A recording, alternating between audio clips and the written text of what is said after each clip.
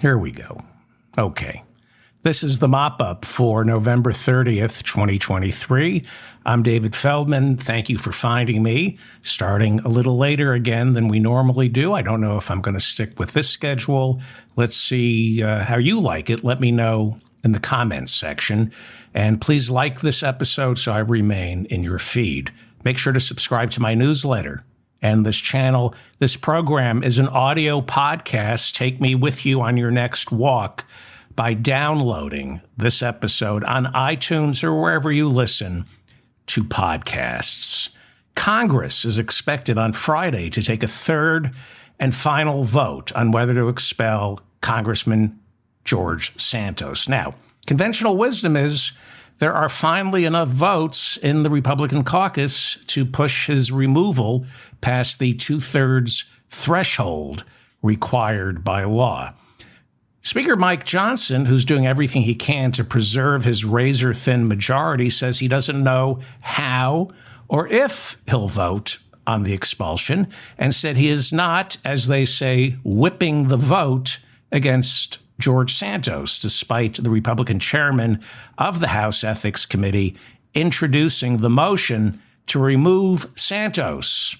Despite the Justice Department indicting the Long Island congressman on 23 counts of wire fraud, embezzlement, and filing false statements, Speaker Johnson says he's not sure how he is going to vote tomorrow. During an early Thursday morning press conference on the steps of the Capitol, a defiant Santos said he won't resign. He said he's not going to give in to bullies. He said he will file his own motion to expel Democratic Congressman Jamal Bowman from New York. If you remember, Congressman Bowman pled guilty to pulling a fire alarm while Congress was debating the October 30th continuing resolution.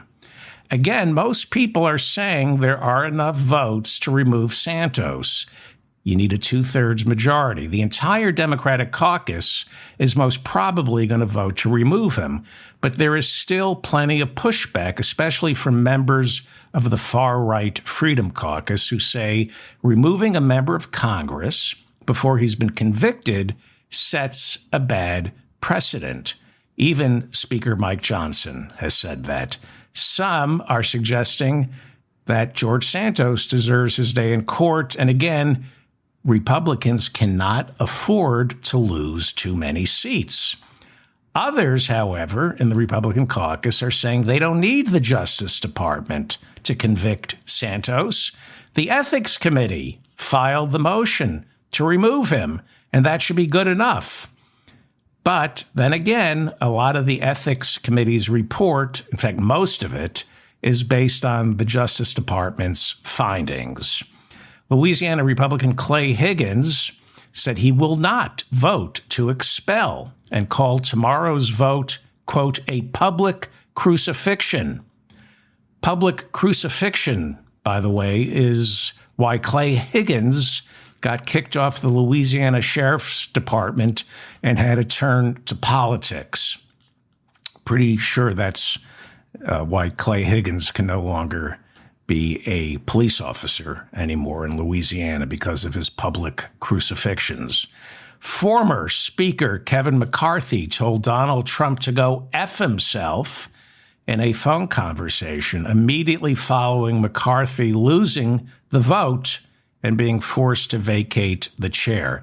McCarthy reportedly talked to Donald Trump after being removed and wanted to know why Trump didn't support him the way he did back in January when the former president helped push Kevin McCarthy over the top after 15 rounds of votes for Speaker. Well, Trump said, you're disloyal. Trump said you had several months as Speaker to do the right thing and expunge the 2 impeachments from the record books. McCarthy reportedly then shot back, go F yourself. And he didn't say F, he said the real word. There is, by the way, no way for Congress ever to expunge Donald Trump's 2 impeachments. Impeachments are indictments, and there are no There's no mechanism to take back an impeachment. Well, I reported earlier this week that there's been talk that Kevin McCarthy is angry, depressed, isolated, and his fall from power was so sharp and fast, he wants to leave Congress altogether. He's just done with Congress. So far, he has yet to file papers to run for re-election. And next year, I've been hearing this, there has been speculation that he could end up quitting Congress altogether before the spring. But now, what I'm hearing, the wilderness for Kevin McCarthy has gotten so intense, the isolation and contempt and disrespect he feels in the halls of Congress has become so acute, there is now talk that Kevin McCarthy will be out by Christmas. Coupled with Santos's expulsion, that would leave Speaker Mike Johnson with a 2-seat deficit as the continuing resolution starts to unravel in January and then February. McCarthy quitting now, before Christmas, would create a major headache for Speaker Johnson, who McCarthy has been trying to sabotage ever since he moved into McCarthy's old office. McCarthy thinks Johnson is a man of little stature and isn't up to the job. And so McCarthy is doing everything he can to make that so. Florida Congressman Matt Gaetz, who orchestrated McCarthy's removal, was asked if he thought the former speaker would be quitting anytime soon. And Matt Gaetz said yes, adding, quote, "I suspect the former speaker will return to spend more time with the people he's always represented on Wall Street and K Street. I don't imagine he'll be walking the streets of Bakersfield." Gaetz is, in terms of roasting Kevin McCarthy, he's been brutal, just brutal. In an interview with the Daily Mail, Kevin McCarthy made it clear that he still considers Matt Gaetz his mortal enemy. McCarthy was asked how he would vote on the removal of George Santos. He wasn't asked anything about Matt Gaetz. And out of nowhere, once again, Kevin McCarthy brought up Matt Gaetz's pending ethics investigation. McCarthy said, again, this was a question about George Santos. And he goes, "I don't know what people have said and written about it, Matt Gaetz, but he seems even worse than George Santos. And I know where Santos ends up." In other words, Kevin McCarthy said, unsolicited, he said, if you're going to remove Santos, then you have to remove Matt Gaetz because his crimes are far worse. What are his crimes? Well, he got me kicked out as speaker. That's his crime. Even though Matt Gaetz, technically speaking, by the way, was investigated by the Justice Department, he was never prosecuted. Maybe he should have been, but they're prosecuting George Santos. They're not prosecuting Matt Gaetz. Then McCarthy confirmed what I've said on the show countless times, and that is one of the reasons Matt Gaetz went after Kevin McCarthy was because McCarthy wouldn't put an end to the Ethics Committee investigation looking into Matt Gaetz. Now, I said that Gaetz was taking a page from the Trump playbook, and that is go big. If you're in trouble, go big and make it political. And once Gaetz became the guy trying to throw Kevin McCarthy out, he politicized the entire ethics investigation into his own behavior. Matt Gaetz could then say, these charges against me are meaningless. McCarthy is just trying to punish me for attacking him, for trying to remove him as speaker. McCarthy told the Daily Mail much of what the motion to vacate the chair was about. It was based on Gaetz not wanting that ethics report to come to fruition. And then he says, I hope no one cut any deals to try to stop that. I just don't think that's good for government. So reading between the lines, what is Kevin McCarthy saying? He's once again undermining Speaker Mike Johnson. He's implying that Matt Gaetz is taking it easy right now on Mike Johnson, even though Mike Johnson passed the same exact continuing resolution that got McCarthy shit-canned, right?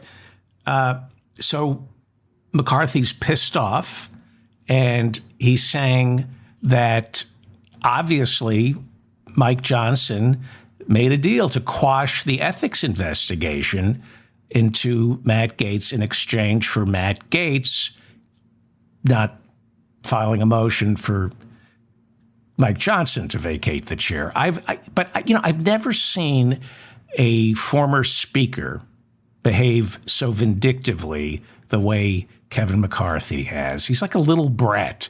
But this is the new Republican Party. This is Trump's Republican Party. Never accept defeat graciously and just keep fighting and cannibalize, eat your own. Doesn't matter. It's all about me. It's the hyper-individualism we see in the Republican Party. They don't care about the team. They only care about themselves. Meanwhile, there is that ethics investigation looking into Matt Gaetz, where there are allegations of sexual misconduct. I've heard the Mann Act and illicit drug use, sharing inappropriate images and videos on the House floor, and using campaign funds for personal reasons. I've heard, I don't know if it's true, but I've heard discussions of the Mann Act. So we'll see. So how deceitful is our new speaker, Mike Johnson? Very, very. According to Liz Cheney, the former Republican Congresswoman who was number 3 in the Republican House leadership before she took a principled stance against Donald Trump and voted to impeach him for inciting the January 6th insurrection. Cheney was also the ranking member of the January 6th committee, whose formation Kevin McCarthy tried to block. According to her new book, Mike Johnson is a liar when he says he's a constitutional scholar. We've been hearing that. Mike Johnson always tells everybody he's a constitutional scholar. Well, if you have to tell people you're a constitutional scholar, obviously that it's like there's no official title of constitutional scholar. People have to decide you're one. You just don't get to call yourself a constitutional scholar. Cheney says he's just a lawyer and barely that. But Johnson had to call himself. He had to refer to himself as a constitutional scholar immediately after the 2020 presidential election when, as congressman, he served as Donald Trump's point man, enlisting members of the House to sign on to an amicus brief supporting the state of Texas's lawsuit challenging Pennsylvania's electoral votes, which went to Joe Biden. Now, that lawsuit was dismissed immediately by the Supreme Court in the lead up to January 6th. It was filed by the Attorney General of Texas, Ken Paxton, who was just impeached. He survived. He wasn't convicted, but he was impeached, and he's being investigated. He's on trial in March for, I believe, securities fraud. Well, back to that amicus brief and Mike Johnson lying about being a constitutional scholar. So he enlisted about 150 Republican members of the House in the lead up to January 6th. He enlisted them to sign their name to this amicus brief, which Johnson claimed he had written. Liz Cheney said the amicus brief was filled with errors and lies and grammatical mistakes. It looked amateurish, and that it was obviously written by the White House with Johnson's name slapped on it. She said Johnson lobbied members of the House to sign their name to the brief. He said when he was asking them to sign it, he said, "I'm praying for you. He kept walking up to them and saying, I'm praying for you. And he said there was clear-cut evidence of voter fraud. He assured members of the House that Trump was winning in the courts, despite Trump losing 60 court challenges in the lead up to January 6. 60 judges in the lead up to January 6 said there was not a single shred of evidence to support Trump's claims of voter fraud. But Mike Johnson, constitutional scholar, was telling his fellow House Republicans that we're winning in the courts. There's plenty of evidence. That's who our new speaker is. Well, yesterday, Speaker Johnson held a press conference with the three committee heads looking into the possible impeachment of Joe Biden, and Johnson proved Cheney is absolutely right, at least when she accuses Johnson of having a tenuous relationship with the truth. The man is a liar. Mike Johnson is a liar. Johnson yesterday said the investigation into how President Biden benefited from Hunter Biden's business dealings are, quote unquote, alarming. That is a lie. That is a lie. And then he proceeded to present false evidence that Joe Biden is guilty of money laundering. This is just outright lying. Johnson presented a check from Jimmy Biden, Joe Biden's brother. It was written to Joe Biden. And Mike Johnson produced this check. He blew it up. And he said, this is evidence that Joe Biden is laundering dirty money for the Chinese. It is garbage. It is as big a lie as election fraud, voter fraud in the 2020 presidential election. Once a liar, always a liar. If you're willing to lie about election fraud after 2020, why wouldn't you lie yourself an impeachment of Joe Biden? The truth is Joe Biden, and if you just follow these hearings, it's patently obvious. Joe Biden lent his brother money, not when he was vice president, not when he was president. When Joe Biden was a private citizen, he lent his brother Jimmy because Jimmy had a cash flow problem. So eventually his brother paid him back. Jimmy Biden secured some work from a Chinese business. And there is absolutely no evidence to suggest the money Jimmy Biden got from the Chinese business was the same money he used to pay his brother back. And there's no evidence to suggest that Jimmy Biden broke the law by working for this Chinese business. But Mike Johnson, the constitutional scholar, the devout Christian who says homosexuality should be criminalized, Mike Johnson, holier than thou, bears false witness once again yesterday with zero evidence. He is now claiming that Jimmy Biden took money from the Chinese, cleaned it, and then gave it to Joe Biden, who wasn't president at the time, who wasn't vice president, who was just a private citizen who lent money to his brother and got paid back, not knowing how his brother got the money. And how his brother got the money was not illegal. But this is what Republicans do. It doesn't matter if there's an actual crime, just create a lot of smoke and people assume there's fire. Like Benghazi. Remember the Benghazi hearings? No crime. Hillary didn't do anything wrong. The email server, nothing wrong. But just keep hammering something over and over again. And enough people will think, well, there must be something there. Republicans wouldn't make something up. Yes, they would. Yes, they would. So that is the new Speaker of the House, the devout, the holier than thou, Mike Johnson, who can't wait to pass judgment on how you and I make love.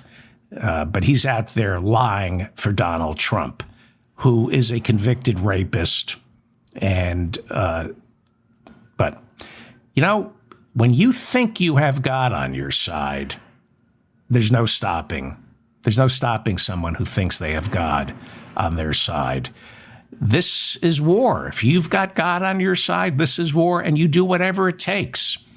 You do whatever it takes, guilt-free, because you got God on your side. You know, Scott Perry is that Republican congressman from Pennsylvania, and he now heads the Freedom Caucus. The FBI seized his cell phone because of the role he played in the run-up to January 6th. Perry is the one who introduced Jeffrey Clark to Donald Trump after the 2020 election. Perry said of Jeffrey Clark, said to Donald Trump, hey, there's this guy in the Justice Department. There's one guy I found in the Justice Department. His name is Jeffrey Clark, and he is more than willing to go against the entire leadership inside the Justice Department and say that there is evidence of voter fraud. You should meet Jeffrey Clark. That's what Congressman Scott Perry said to Donald Trump after the 2020 presidential election, the lead up to January 6th. You got to meet this guy, Jeffrey Clark. I know the entire Justice Department is against you, Mr. President, but this guy, Jeffrey Clark, he'll say there's voter fraud. And Clark, as you all know, has since been indicted down in Georgia for participating in this attempt to overthrow the election. Jeffrey Clark, met with the president before January 6th. And as you all know, the president was prepared to make Jeffrey Clark acting attorney general. Remember? And then then Jeffrey Clark becomes acting attorney general. And then he appoints Sidney Powell, who's also indicted. He appoints her as special counsel to start prosecuting Democrats for election fraud. That was the plan. And so Jeffrey Clark was about to be named acting attorney general. While this was going on, there were text messages that were just released that went on between Jeffrey Clark and Pennsylvania Congressman Scott Perry, the head of the Freedom Caucus. And in these text messages, Jeffrey Clark, who thinks he's about to become acting attorney general, thanks Perry for introducing him to Donald Trump, and then said he was humbled that Trump was about to name him acting attorney general, and said in the text that he hoped he was up to the job. And Perry said, quote, God is on our side. Okay. Now, of course, Clark never became acting attorney general because pretty much the entire Justice Department threatened to quit if Trump went through it. But this is what true believers think. God is on our side. And in the battle between good and evil, lying or committing crimes against the American people, those are just misdemeanors. Ginny Thomas, the wife of Clarence Thomas, sent text messages to Mark Meadows, Donald Trump's chief of staff. She was sending text messages in the lead up to January 6th, and she was urging the president not to fire Sidney Powell, because a lot of people thought Sidney Powell was, quote unquote, crazy, including the president. But he kept her on. And partially because Clarence Thomas's wife, Ginny, was lobbying for her, let her continue to find voter fraud. And she said in her text to Mark Meadows, the White House chief of staff, quote, this is a battle between good and evil. And if it's a battle between good and evil, it doesn't matter what or whom you destroy. These are dangerous people. Moral certitude, and I'm guilty of moral certitude. Moral certitude coupled with a religious fervor and a messianic complex like Mike Johnson, very dangerous, very dangerous. Well, speaking of Clarence Thomas and Ginny Thomas, Dick Durbin over at the Senate Judiciary Committee is trying, probably as we speak, to get a vote on whether to subpoena Leonard Leo and Harlan Crow, the wealthy millionaires, billionaires who showered Clarence Thomas and his wife with hundreds of thousands of dollars in free vacations, as well as other gratuities that Clarence Thomas failed to disclose. Senator Dick Durbin of Illinois, chairman of the committee, this is going to be the third time he's attempted to get the committee to vote on subpoenaing these contributors to Clarence Thomas's lifestyle. It got really ugly today. Before this vote, there were some votes on judges that the committee had to make. And the Republicans on the committee are notorious for slowing the process down. They don't want the vote to take place on the subpoenas. This is now the third time Dick Durbin has tried to get a vote to subpoena these two millionaires. And every time he tries, people like Cornyn and Ted Cruz, they delay. And before the vote, there was an issue of some lower court judges, and the debate went way past what it should, and Dick Durbin cut off the debate, and John Cornyn, Republican from Texas, said, "You have destroyed the Senate Judiciary Committee by cutting off our attempts to delay the vote on the subpoenas of Leonard Leo and Harlan Crow." These guys are important, not just because they give money to Clarence Thomas. They also, one of them also paid for a vacation for Alito, and they help pick the Supreme Court. Both these guys are tapped into the Federalist Society. They're picking judges, Leonard Leo and Harlan Crow. So, of course, the Republicans on the Senate Judiciary Committee do not want these two guys to be subpoenaed. I don't know. Before the show started, they had not taken the vote yet. Leonard Leo. So he would be Leo, right? Leonard Leo. So right now, the Republicans on the Senate Judiciary Committee, like Texas Senator Ted Cruz, are tying up the vote. They're demanding other subpoenas be issued. They're demanding that the Senate Judiciary Committee begin looking into allegations against Hunter Biden, right? They're saying we should be assisting the House in its impeachment investigation. That's not the way things work, but who cares, right? With God on your side, you can be guilty of misdemeanors.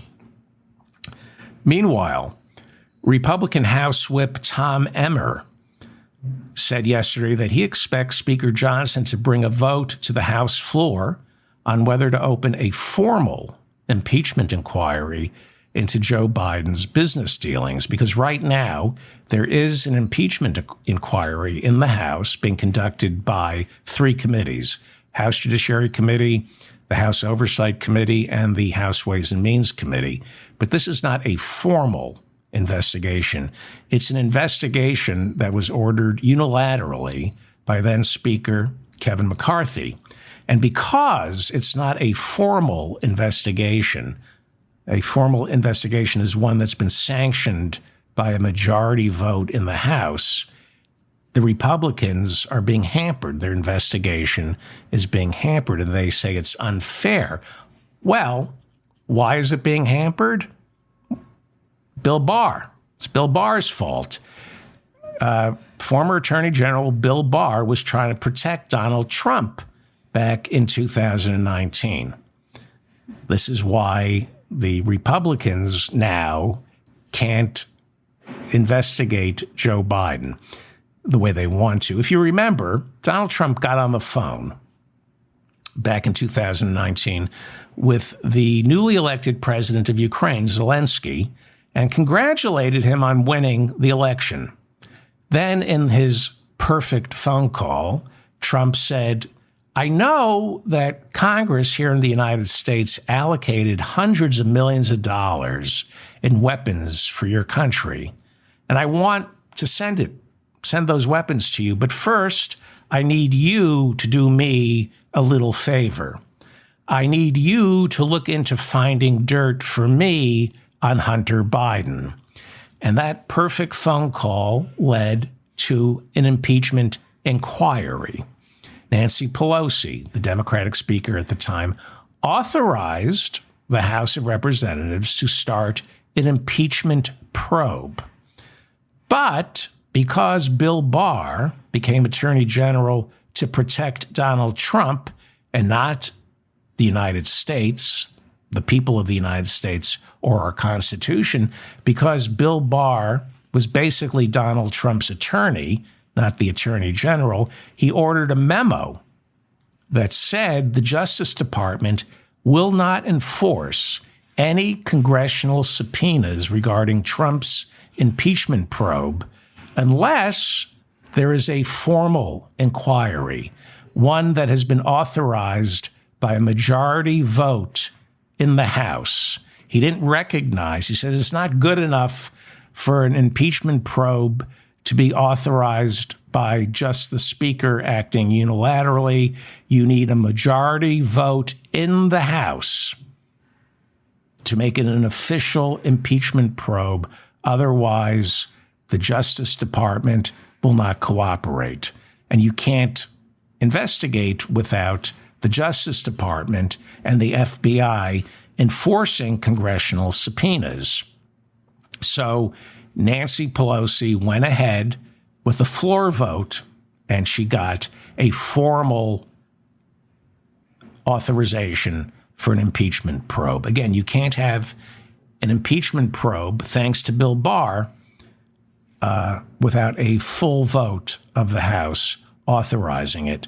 And you can't have a probe without the Justice Department. They enforce your subpoenas. You can ignore congressional subpoenas if the FBI and the Justice Department aren't prosecuting.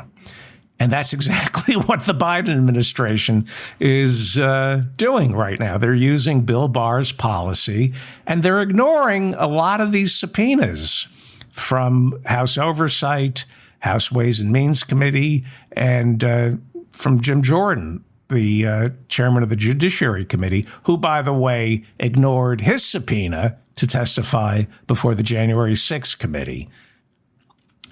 So they're ignoring most of the subpoenas, although Hunter Biden and brother Jimmy Biden, the president's brother, they're going to be testifying early next month in closed-door sessions. So they're going to go before these committees. So the Biden administration, the White House, is dragging its feet on cooperating with these three committees, which means they are now forcing Speaker Johnson's hand. They're forcing him to go ahead and do what Nancy Pelosi had to do, and that is bring a resolution to the floor to authorize a formal impeachment inquiry. The problem that Johnson has is he lacks the votes for a full authorization, as well as the evidence. McCarthy had to order an impeachment probe unilaterally without a full vote because he knew he didn't have the votes. There are roughly 18 Republican members of the House from purple districts. What is a purple district? These are districts that Joe Biden won in 2020. But in 2022, these 18 districts elected Republican members of Congress. Or there was the voters in 2020 voted for Biden and a Republican member of Congress. But it's a weak hold for these 18 Republican members of the House. And if they vote to open an impeachment probe, that will come back to bite them in the ass next November because they're from districts that went for Joe Biden in 2020. So it remains to be seen where Speaker Johnson will take the impeachment, how far he's willing to go with this. So far, he's willing to lie to the American people. Some say that he's merely going through the motions to satisfy the far right, even though he knows there's zero evidence. And more importantly, he's trying to keep the investigation alive. And without any meaningful follow through, you can keep this investigation going all the way till November. Keeping the threat of an impeachment as opposed to an actual impeachment might be a better political move for Johnson and the Republicans going into next year, especially since they have nothing on the Bidens, zero. It's better to make it look like they have something by never getting around to an actual trial. You never know if somebody's guilty or innocent until you hold a trial. If you don't hold the trial, the doubt remains. Joe Biden's numbers, let's talk about Joe Biden's numbers. I get a lot of complaints when I go over polling. Joe Biden's numbers are bad. And again, I am not saying polls are leading indicators of the final disposition of an election. I'm saying people read polls, and donors read polls. Politicians read polls, and they tack with the wins. For example, Nikki Haley is getting the lion's share of donations from the Koch brothers and other nefarious organizations because the polls show that she has a better chance of beating Joe Biden in the general election than Ron DeSantis does. So you can't just ignore the polls, even though they're inaccurate. They're just snapshots that inform the decision-making process. So when I reference the polls, it's like referencing the editorials in the New York Times. I always tell people, read the editorials in the New York Times because that's what the President of the United States is reading. That's what the Justice Department is reading. It doesn't mean that the New York Times is correct, but you're reading what the people in power are reading. To ignore the polls is to ignore what the people in power are reading and thinking. So Joe Biden's numbers are bad, but not really, okay? They're not as bad as everyone is telling us. Yes, Trump beats Biden nationally, but it's all within the margin of error, and more importantly, it means nothing. People, Americans who are being polled, are not paying attention to any of this. Right now, Americans are being asked, how do you feel about Joe Biden? Do you think he's doing a good job or a bad job? And the people who are stupid enough to answer their phone say, well, I don't think about Joe Biden. I work 12 hours a day and I'm raising a family. But now that you asked, I don't like him. I don't like anybody. I don't like Trump. I don't like McConnell. I don't like anybody. I don't like you. Okay, we'll mark that down as negative. You don't think he's doing a good job. So these polls mean nothing right now. Eventually, however, the American people, the people who vote, okay? I'm talking about the people who vote, the 40% of Americans who are eligible to vote and vote, eventually they're going to start paying attention when they have to vote, when their primary state comes around. They postpone the decision-making process. So, I'm talking about the 40% of Americans who vote. Half this country doesn't have $500 in their savings account. I'm not talking about the tragedy of our economy. I suspect, however, the 60% of Americans who don't vote, who could vote, but don't, I suspect if we could get them to vote, they'd have $500 and more in their savings account. That's for another episode. But 40% of Americans who can vote, vote, and I suspect they're the ones who have $500 in their savings account. And I think the people who don't vote don't have a lot of money. And I think they would have one of the ways they could make money is by voting and participating in the redistribution of wealth in this country that we sorely need. So it's hard to vote if you've been evicted and you're living on the streets. Homeless people don't vote. They can, but they don't because it's too hard. And of course, people in jail don't vote. Okay, so I'm talking now politics. I'm not talking about policy. I'm not talking about improving people's lives. I'm talking about politics, playing to the 40% of Americans who vote. The people who vote, I believe, are going to be easily convinced that Joe Biden has done a great job, especially with the economy. I'm not selling Bidenomics. I'm not defending Joe Biden. I'm telling you he has a story to tell to the 40% of Americans who have $500 in their savings account, aren't living in the street, aren't in prison, who haven't fallen through the cracks. Here are some interesting facts, okay? And this is the story that will get out. I don't know if you're going to watch the debate tonight between Ron DeSantis and California Governor Gavin Newsom. Gavin Newsom makes a great case for Joe Biden. You should watch the debate, even though it's on Fox News. Gavin Newsom may be the future of the Democratic Party. He is great at messaging and winning debates. You should watch him. So this is what Gavin Newsom is going to be telling Hannity and DeSantis tonight. Newly revised figures show the economy last quarter was the hottest it has been in more than a decade. Third quarter GDP just got revised yesterday. It shows a 5.2% rate of growth. When have you seen a 5.2% rate of growth? It's been a decade.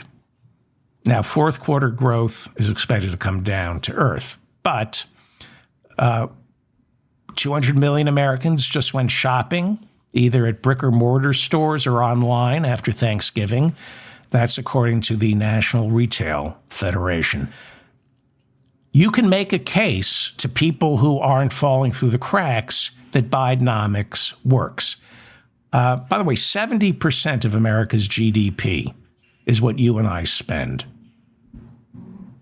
Kind of amazing. Not what businesses spend, just what you and I spend, what consumers buy, the crap that we buy. And we're unbelievable. Credit card debt is now north of $1 trillion. 96% of Americans are concerned about the economy, but are buying things anyway. It's called doom spending. It's a new term, doom spending. Americans are worried, so they go shopping. This is a new phenomenon in America. I'm worried about money. I'm worried about my credit card debt. The only thing that makes me happy is shopping. And so people put more on their card. It's a problem. People are addicted to shopping. For another show, that's not what we're talking about here. There is a growing sense among some that Joe Biden is a consequential president. Again, forget the pain and suffering that's going on in America. I'm talking politics and how asshole historians like Meekum and Beschloss look at these things. Historians are detached from the day-to-day pain of ordinary Americans. They look at the grand sweep of history, and they try to figure out where Joe Biden belongs. And there is growing evidence to these entitled pricks that Joe Biden has a story that he can run on, not just for November, but for the ages. for the pantheon of great American presidents. The story is he inherited a train wreck. He did.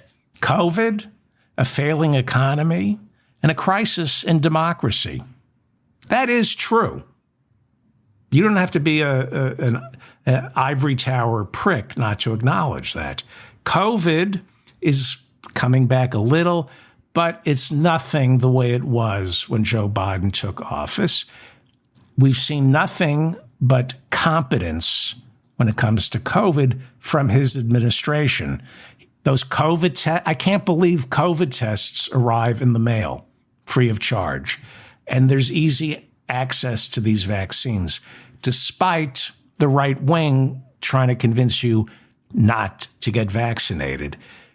The success we're seeing in the COVID numbers stabilized is because of the competence of this Biden White House.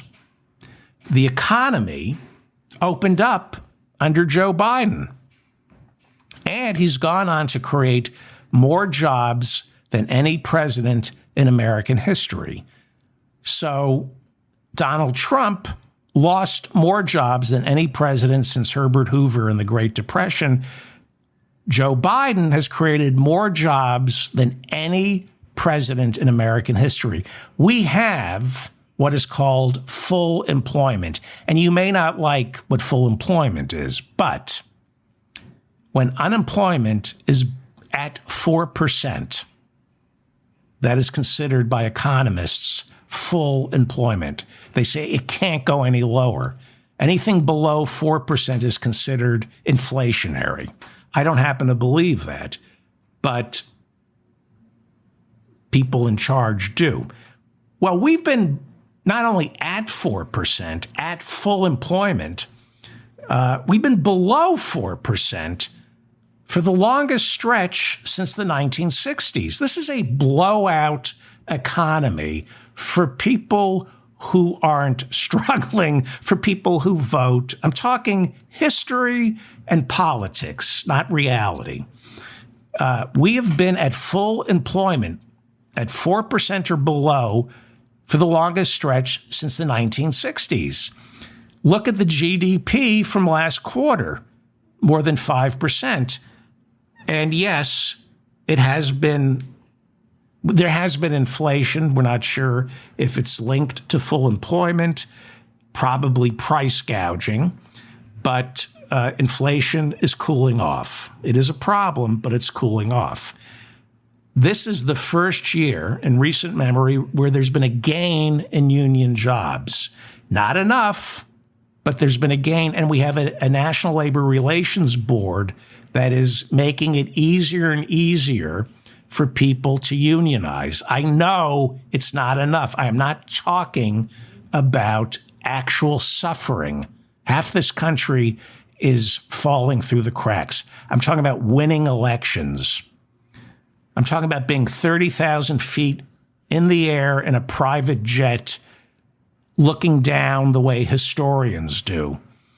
And to some degree, how of the 40% of the American people who vote, okay. It is possible to see Joe Biden as a consequential president who pulled us out of Afghanistan.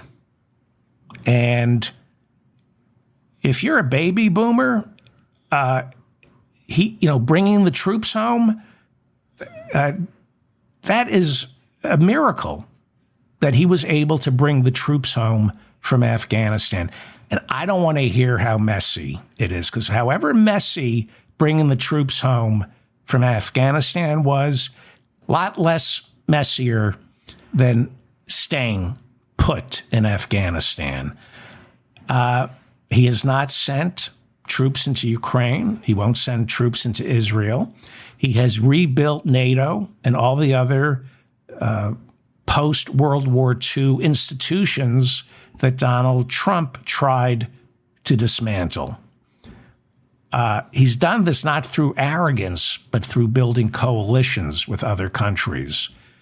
He's delivered, most importantly, he's delivered to the American people calm. He's delivered calm from Donald Trump's chaos. Remember when Trump was president, there was a fresh hell every day? Biden's boring, and that's good. And most importantly, and I'm going to get some pushback on this, unlike Trump, Joe Biden is a decent man. I know I've said some things about him in the past when he was running against Bernie, because I'm a Bernie supporter. But I believe that Joe Biden is a decent man. This is an 81-year-old grandpa. He looks and sounds tired. And so did Franklin Delano Roosevelt when he led us into World War II. I know a lot of you, a lot of my loved ones are terrified that Donald Trump will be back in the Oval Office, or Nikki Haley will be our next president, and that's just as bad, maybe even worse. But the American people, the voters, for them, winning elections isn't how you look or sound. The American people, the voters, are more forgiving than the late night comedians and the pundits you have to listen to every day. Yes, Biden's approval rating is below water right now, but I think privately, most Americans like Joe Biden. He doesn't stir up the anger that Hillary and Bill Clinton do. He doesn't stir up the racism that Obama did. I think most Americans like Joe Biden, and the problems he's had with Hunter makes him more appealing. A lot of us can relate to what Joe Biden is going through. I believe going into 2024, a story of the Biden presidency is going to coalesce.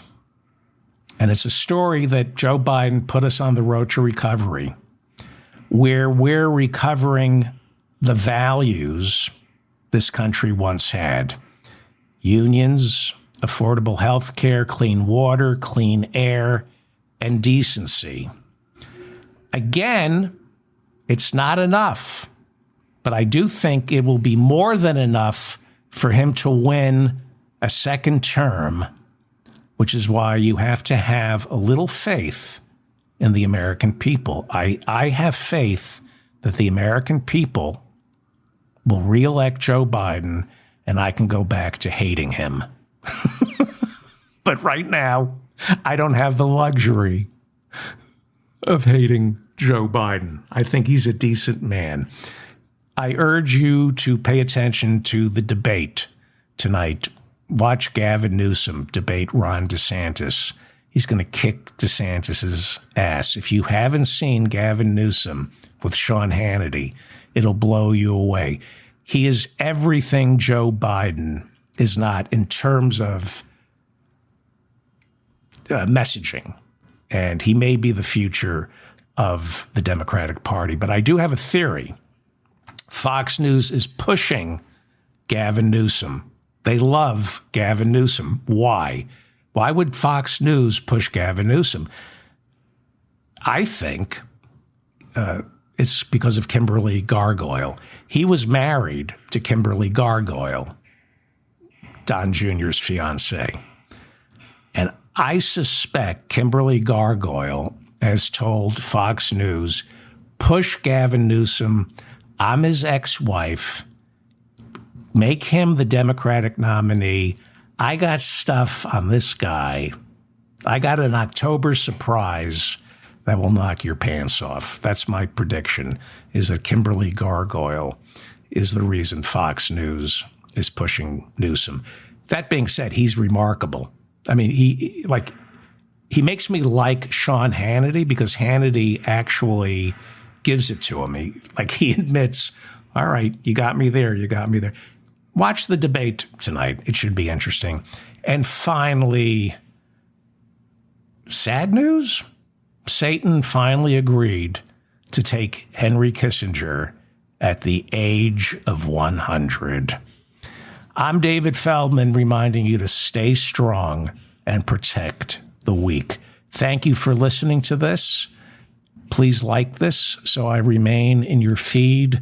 Please subscribe to my newsletters. Please subscribe to my channel. Please share this with your friends. The only reason you're watching me right now is because somebody shared this with you, or Sam Cedar, who's about to start right now. I want to go watch Sam. And Robert Smigel. Those two have helped me, but you, the people who listen to this show, are the ones who share this, and nobody's helping me. I don't have any network, no secret funding. So if you want to help me, please share this. Thank you to everybody in the chat room. Thank you to Bob, who keeps the conversation civil. Please leave a comment. And is that it? I think that's it. Thank you all for listening to me. I know this is a different time. I'll discuss times with the audience, the live audience, at a future date, trying to figure out what works for me and what works for everyone else. Thank you so much for listening. Rotten hell, Henry Kissinger. Rotten hell. Bad guy. Bad guy.